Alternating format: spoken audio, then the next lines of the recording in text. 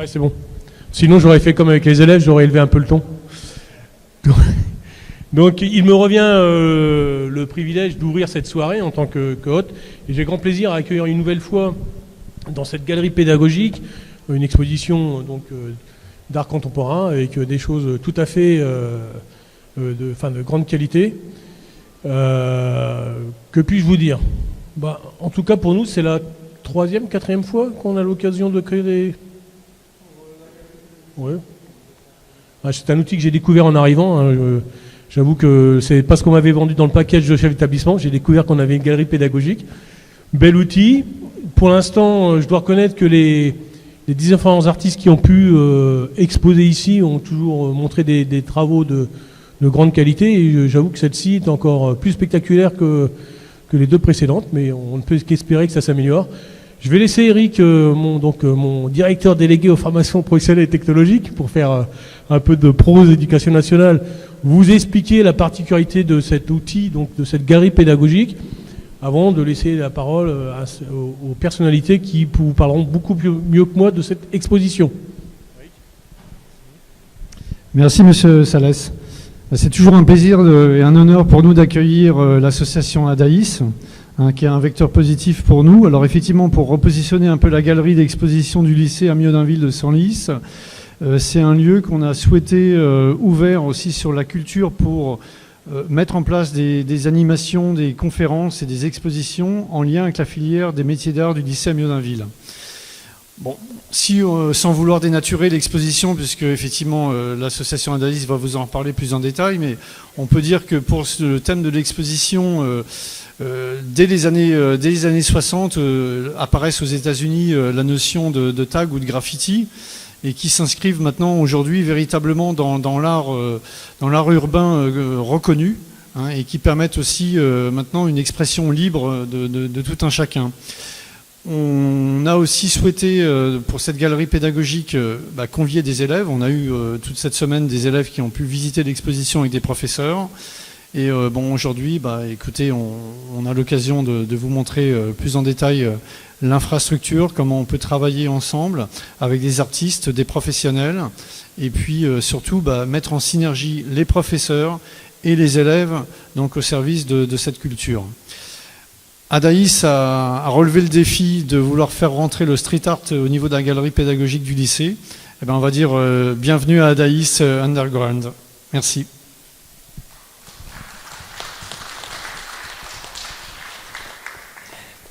Merci Eric.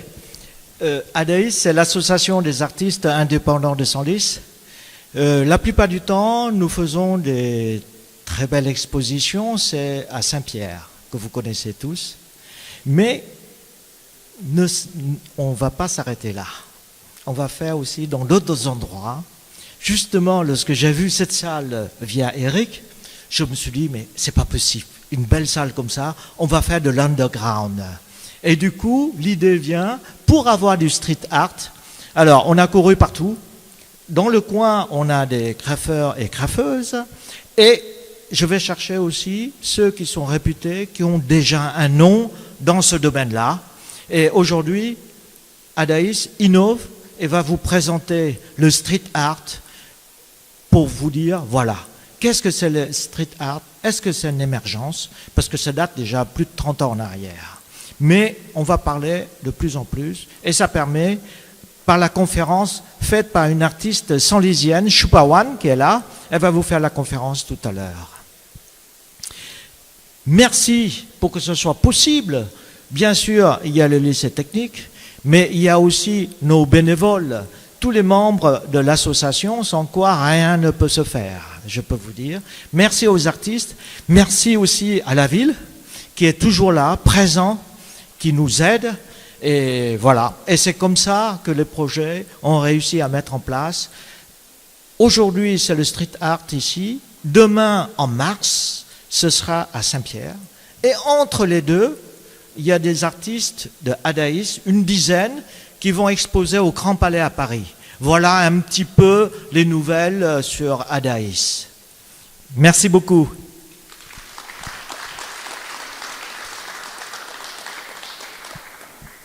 Madame la maire. Bonsoir à tous.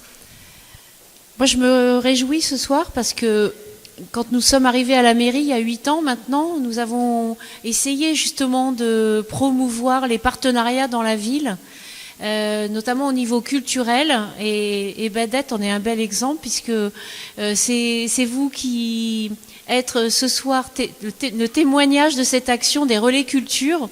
Et je pense qu'on est vraiment complètement dans la réalisation de nos rêves parce que l'idée c'était de mettre en relation les différents acteurs qui font la culture à Senlis dans tous les domaines. Et je voudrais saluer l'action d'Adaïs qui est en effet toujours présent, et justement pas seulement à Saint-Pierre, mais aussi dans d'autres lieux de culture, que sont aussi les collèges, les lycées, et même d'ailleurs les écoles élémentaires de la ville. Et cette galerie pédagogique qui existe maintenant depuis 3 ans à peu près, c'est vraiment quelque chose d'important parce que tous les lycées ne sont pas labellisés, donc vous avez réussi à obtenir la labellisation et on peut se réjouir en effet que des associations, la ville, différents acteurs puissent travailler, agir, interagir avec vous, lycée.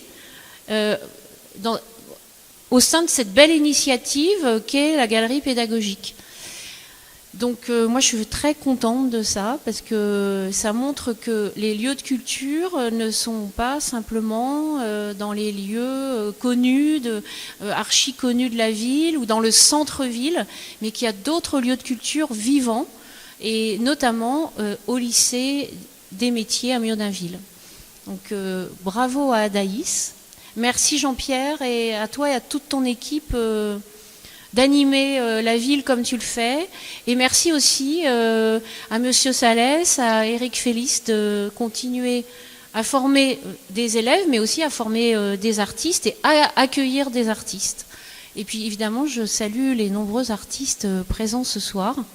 Et puis aussi les enseignants, parce que il y a dans cette salle des enseignants, il y a des enseignants en arts plastiques et c'est extrêmement important, c'est-à-dire que même quand on forme des techniciens, comme vous le faites, on forme plutôt des personnes qui seront amenées, par exemple des plaquistes, et ben, les plaquistes ont participé.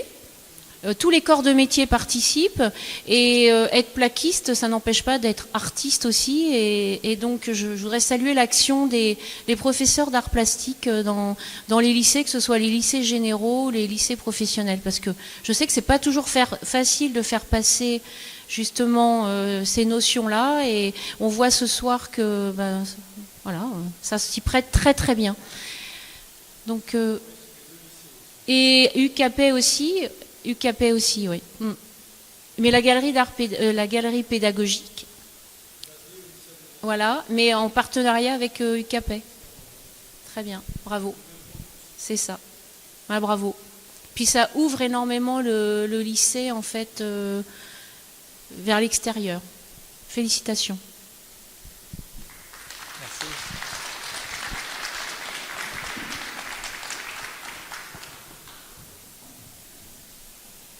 Bonsoir à tous, ça ne se fait pas de parler après Madame le maire, mais je voulais simplement excuser Manuel Martin, qui est vice-présidente de la région Hauts-de-France, qui s'occupe des lycées, qui devrait être là ce soir. Malheureusement, elle avait promis d'être à des vœux et c'est la course aux vœux en ce moment, donc c'est un peu compliqué, mais qui va essayer de passer.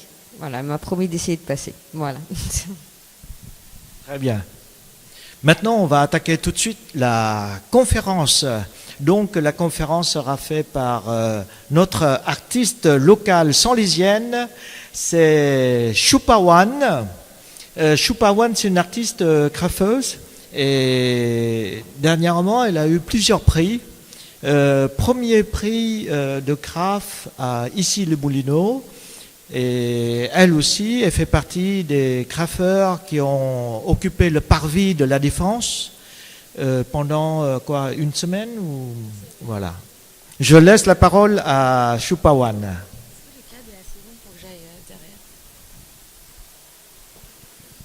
Alors, bonsoir tout le monde. Déjà, premièrement, ok. Monsieur Eric Félix, merci pour nous accueillir ce soir et pour nous avoir laissé les lieux. On a pensé qu'il serait pas mal de vous donner une petite rétrospective sur l'histoire du graffiti afin que vous appréciez davantage les œuvres qui sont exposées en prenant compte de l'ampleur du mouvement aujourd'hui et en comprenant d'où il vient. Donc je pense que vous êtes tous familiers avec les réseaux sociaux, on utilise tout ça aujourd'hui. Alors un petit chiffre intéressant qui est quand même énorme, c'est qu'aujourd'hui le hashtag, donc le signe qu'on utilise pour nommer quelque chose, donc le hashtag du street art sur Instagram réunit aujourd'hui 18 millions. Donc 18 millions de posts ont le hashtag street art. À savoir que Trump n'en a seulement que 10 millions. Donc, on voit bien l'ampleur qu'a pris le mouvement qui, comme l'a mentionné M. Félix, vient des années 60-70. Et ce ne sera pas long, je vous ai mis quelques photos pour vous retracer un peu l'histoire du street art. Donc tout commence dans le Bronx. On a une petite explication socio-économique qui explique que les tags sont apparus dans la rue. Donc on est à New York dans les années 60-70, c'est la fin de la dépression. Et donc les gens ne sont pas contents, les écoles ont coupé tous les budgets pour l'investissement dans les arts plastiques, etc. Donc plein de jeunes, parce que le mouvement, il faut savoir qu'il vient quand même des adolescents, vient d'une jeunesse qui est assez frustrée, qui n'a pas moyen de s'exprimer, et aussi qui est très liée avec la culture du hip-hop, donc une couche sociétale afro-américaine qui a envie de se rebeller. Donc l'une des premières personnes à lancer le mouvement, c'est Taki 183. Donc Taki, en fait, c'est son surnom qu'il a utilisé, et 183, c'est là où il habitait. Étant coursier à l'époque, il a eu envie de revendiquer son nom et de mettre son blaze, comme on appelle son blaze, partout dans les rues de New York. Donc lui, c'est plus un symbole qu'il a utilisé avec les mots, un symbole qui se rapproche de attirer son attention vers lui-même. Parce que le graffiti, il faut savoir que ça vient donc du grec et que ça veut dire écrire. Et généralement, quand les personnes écrivent dans une place publique, c'est qu'ils ont envie de revendiquer un message qui cherche à soit attirer l'attention sur la personne, soit attirer l'attention sur un message. Donc en fait, on peut considérer le graffiti comme étant un véhicule de communication, soit à travers les mots, soit à travers les images. Donc Taki 183, c'est à travers un mot. Et donc là, vous voyez qu'il écrivait vraiment partout, sur les poteaux, dans le métro. Et on a un autre artiste qui est très connu aussi, Keith Haring, qui lui utilisait le dessin. Donc c'est carrément un langage sémiotique où là, il utilisait les symboles de mort, de naissance, de la vie, qui parlait plus aux gens à travers des images. Donc, comment est-ce que le graffiti est arrivé en France ? Donc, plus tard, plus dans les années 80. Donc là, on a une photo tout en haut de Porte de la Chapelle et en dessous, c'est Stalingrad, où on a quelques artistes très connus, dont Bando, qui posent en bas. C'est un mouvement qui est apparu grâce à plusieurs auteurs de livres, donc avec la musique, mais aussi avec les éditions. Donc on a Henri Chalfant qui a sorti un livre qui a inspiré toute une jeunesse du street art, parce qu'il montrait les photos des graffitis à New York, et ça a inspiré énormément de gens en France à suivre le même mouvement.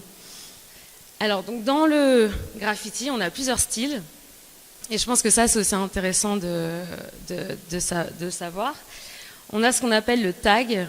Donc le tag, ça va être une écriture, une sorte de calligraphie, avec un trait simple qui est souvent fait au feutre, ou au marqueur, ou à la bombe.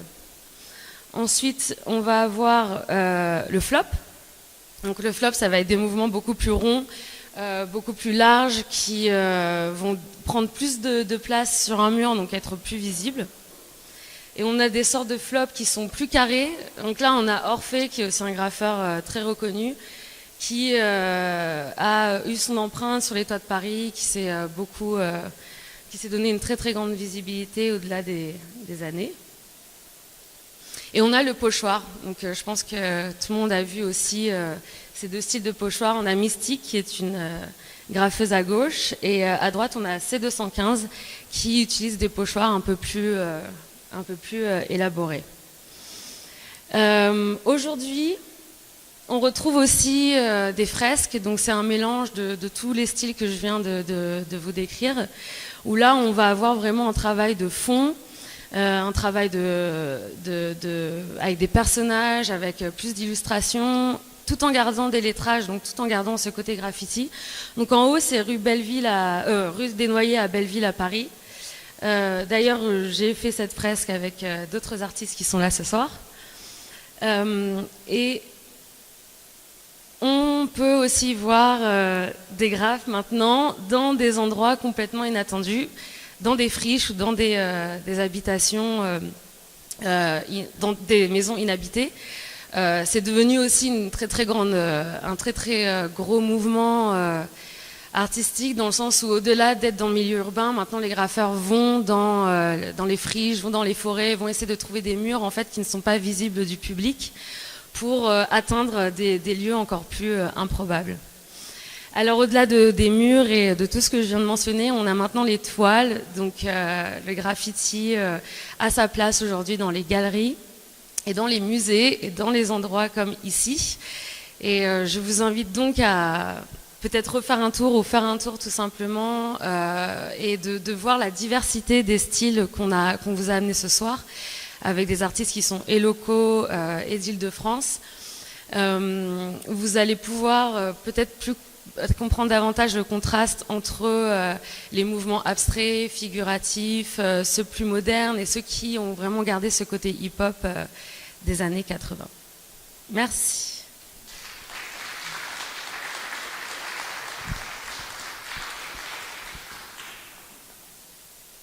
Peut-être que quelqu'un a une question.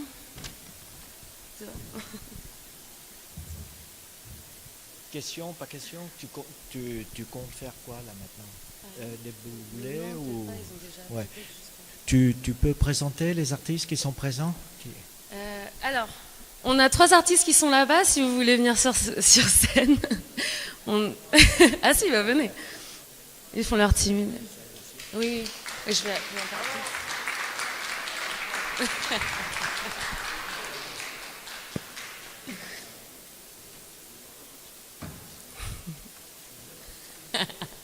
Alors on a ici la mouche qui a fait d'ailleurs la pièce que vous voyez derrière.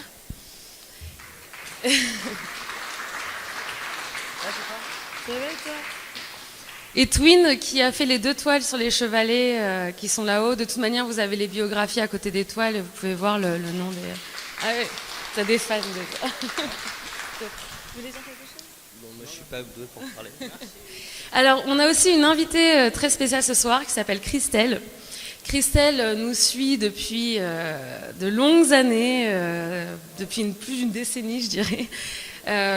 Photographe, journaliste, auteur, elle a été témoin de l'évolution du graffiti toutes ces dernières années. Et, elle a d'ailleurs écrit de très très beaux livres qui sont pleins de photos et qui vous donnent un aperçu vraiment de l'évolution du street art et que j'invite à venir sur scène. D'ailleurs, elle vient de sortir son nouveau livre qui est Le bestiaire fantastique du street art.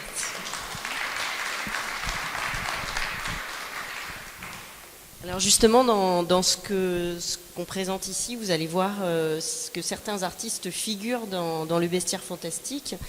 Le bestiaire fantastique, c'est un livre qui est sorti fin octobre de l'année 2018 et qui en fait va plus porter un focus sur la place de l'animal fantastique spécifiquement dans la rue. Donc vous allez voir que là aussi vous avez une diversité d'interventions, vous avez du pochoir, vous avez du tag, vous avez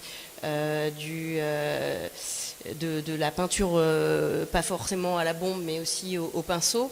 Donc je vous invite également à feuilleter. Je vous ai apporté un exemplaire de consultation que vous pourrez bien sûr regarder.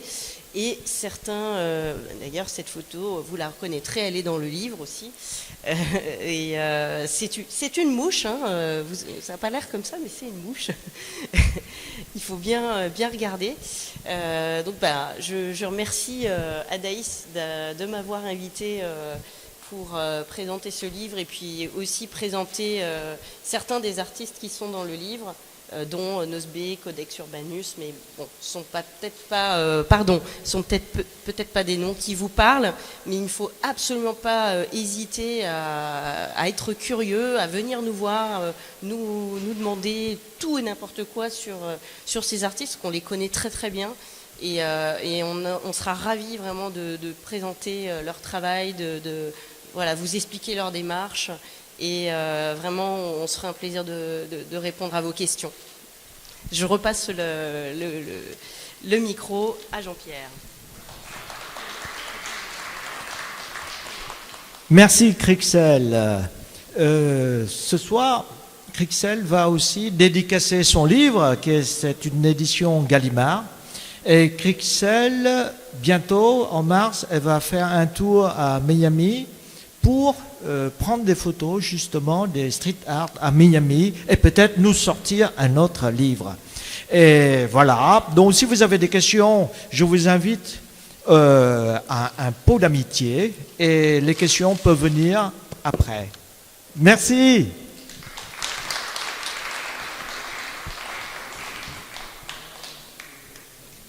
Je suis incapable d'éteindre, si j'appuie sur le bouton.